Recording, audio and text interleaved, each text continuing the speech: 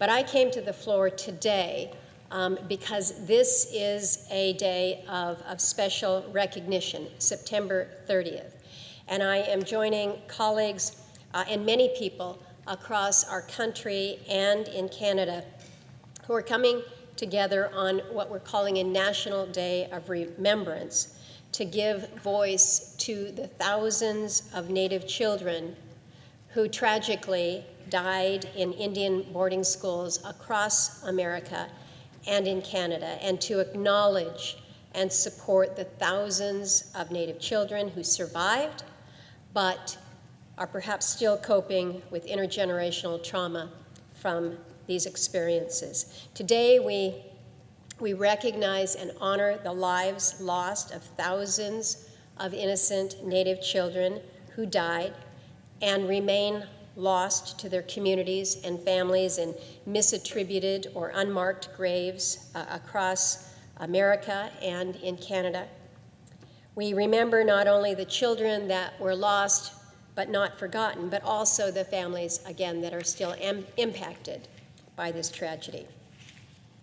Supporters like myself are wearing orange today because of the story of one First Nations boarding school survivor, Phyllis Webstad. Phyllis helped to elevate this issue by recounting her own boarding school experience in Canada. She was just 6 years old. 6 years old, she was living with her grandmother when she was taken away to a residential mission school. You think about what that means, to know that the child that is entrusted to you as the grandparent, that her education, the only education that she will be able to receive, will be away from the family, away from you, at 6 years of age. Her family didn't have a lot of money, but somehow her grandmother managed to buy her a new outfit for her to wear on the first day of school, and that outfit included a new shiny orange shirt that Phyllis had picked out for this occasion. And when that little girl arrived at school, excited for her first day, she was shocked to be stripped of her clothes and her new orange shirt and forced to wear a standard uniform. And it was that moment in time that would leave an indelible mark on a young girl that would later start a movement across nations to remind us how innocent Native children were truly stripped of their identities and made to feel as if they didn't matter. They just didn't matter.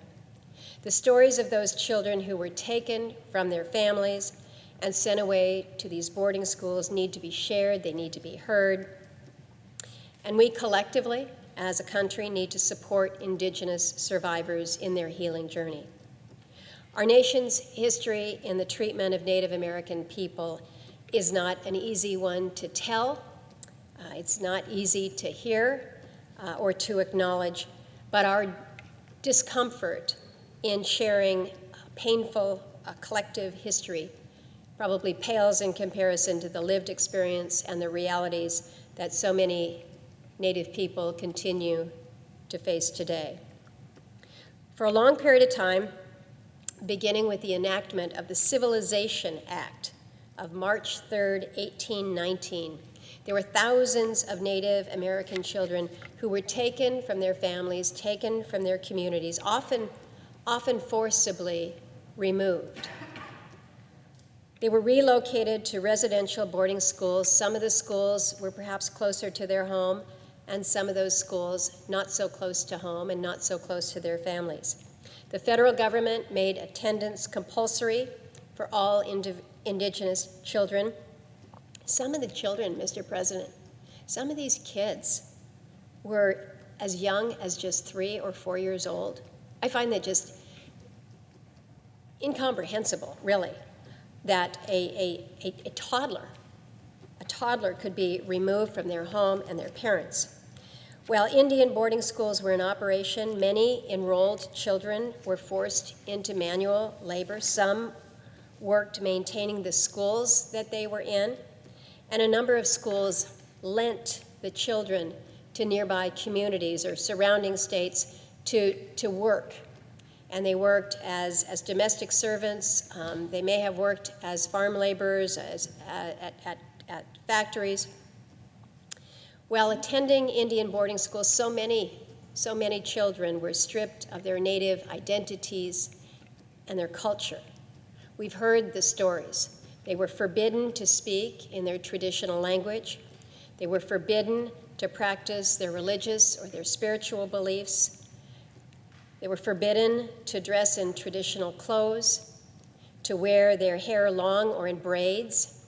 Native identity was replaced with a new identity that was viewed as being more acceptable to American society at that time.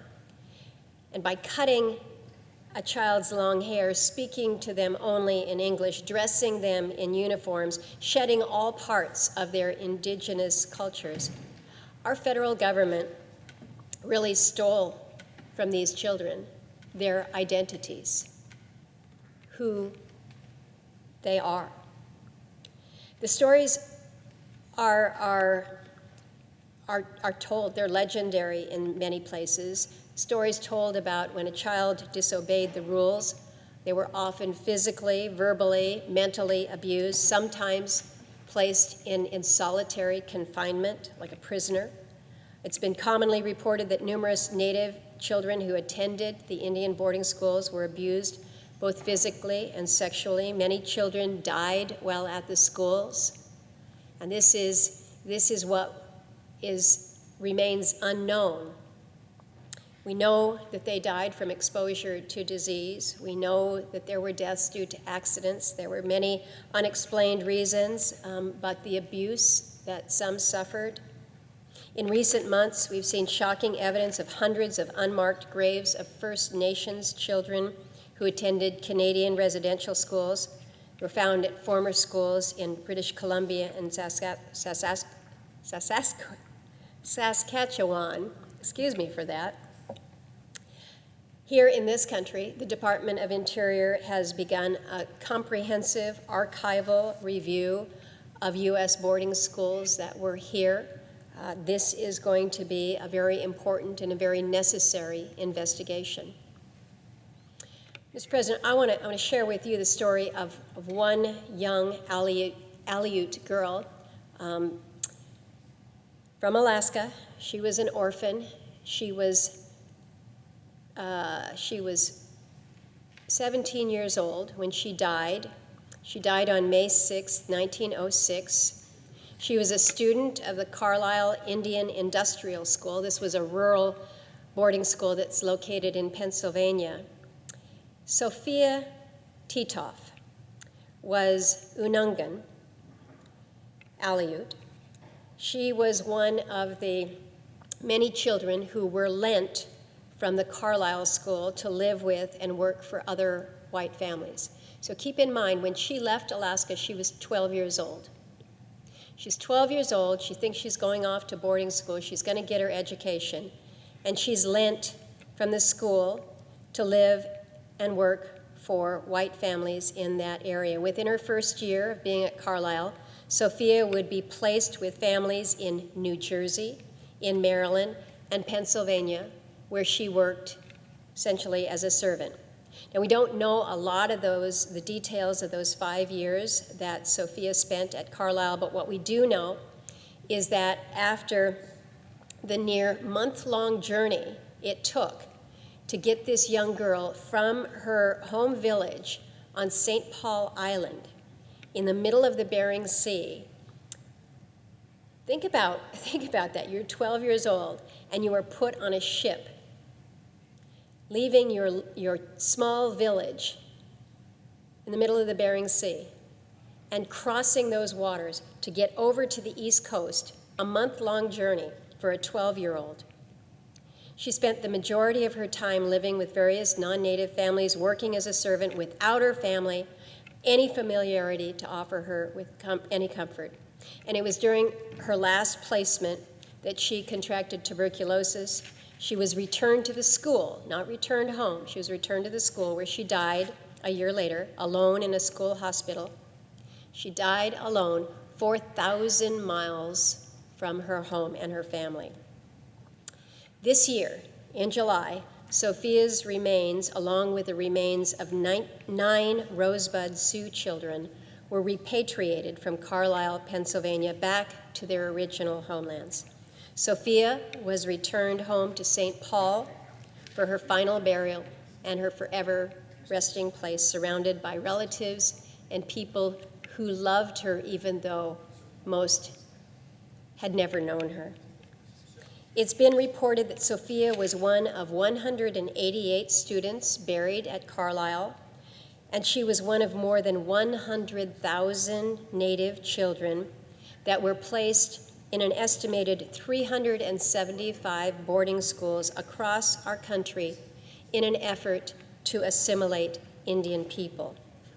So just let that kind of sink in for a moment here, the sheer number of young children that were taken from their parents, from their families, their tribes, and their communities who would never return home. This is just it's heartbreaking. Carlisle was one of the first off-reservation, government-funded assimilationist boarding schools that Native American children attended. We often hear the name Brigadier General Richard Henry Pratt mentioned when we learn of some of the atrocities that came from Indian boarding school policies. Mr. Pratt was the founder of the Carlisle School, and he coined the phrase, "Kill the Indian, save the man." And at that time in history, mainstream society largely believed that Native Americans were a problem that needed to be solved, and regarded Indian people as almost less than human, savages who needed to be segregated or terminated. Pratt, however, was of another mind and believed in the noble cause of assimilating Native Americans, and his mission was to civilize Indians and assimilate them into mainstream American society. And while Pratt may not have intended to be malevolent, the policies and practices that were carried out under his name and federal missions tore thousands of Native families apart. The impact of these actions authorized by our government upon Native American people and cultures is something that we never can truly make whole. In many respects, Native cultures were gutted by the impact and loss of Native children, and that is something that we as American people need to acknowledge, learn from, and reckon with in order to support Indian self-determination and healing. In 1886, a government report about the progress of Indian boarding schools stated that isolating Native children from their families was the key. The report stated, and I quote, "If it be admitted that education affords the true solution to the Indian problem, then it must be admitted that the boarding school is the very key to the situation." It went on to say, quote, "Only by complete isolation of the Indian child from his savage antecedents can he be satisfactorily educated." It wouldn't be until a 1969 Kennedy report that found Indian education had failed and was a national tragedy that the federal government would look to begin improving Native American education policies.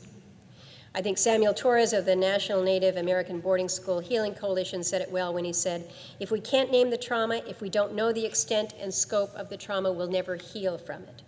So as we're looking to the future and continuing our mission of educating people about America's painful past and treatment of so many Native people, I would ask that you consider remembering the names of the children who were lost, like Sophia Titoff, and start weaving the names of these innocent Native children into our collective memory. If we're going to accurately account for our history and truly support Indigenous people, we need to include Native children in this narrative towards healing. Say their names, remember their tribes, acknowledge the survivors and the families that are still with us.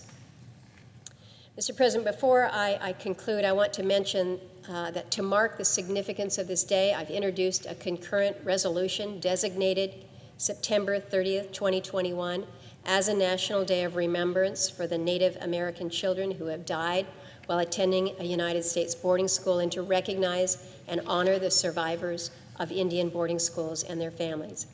Now, my resolution is not meant to serve as a solution or an answer or even a long overdue apology.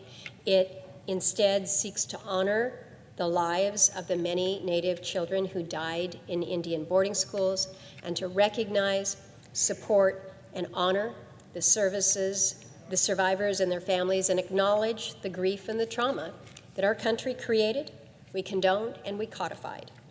So my resolution is meant to open a door to the conversation and congressional recognition of the atrocities that our government contributed to, and the impact that it has had on so many. I know we're approaching November. It's usually when we recognize National Native American Heritage Month, but I think it's important that we remember every day, not only today, all those who fought to be here, especially our First Peoples in this country. And I would encourage all to look at our resolution, support and recognize September 30th for all of the Native American children who died while attending an Indian boarding school or survived the experience and are living to tell about it. We honor them, their tribes, their parents, their families, and their communities. And with that, Mr. President, I yield the floor.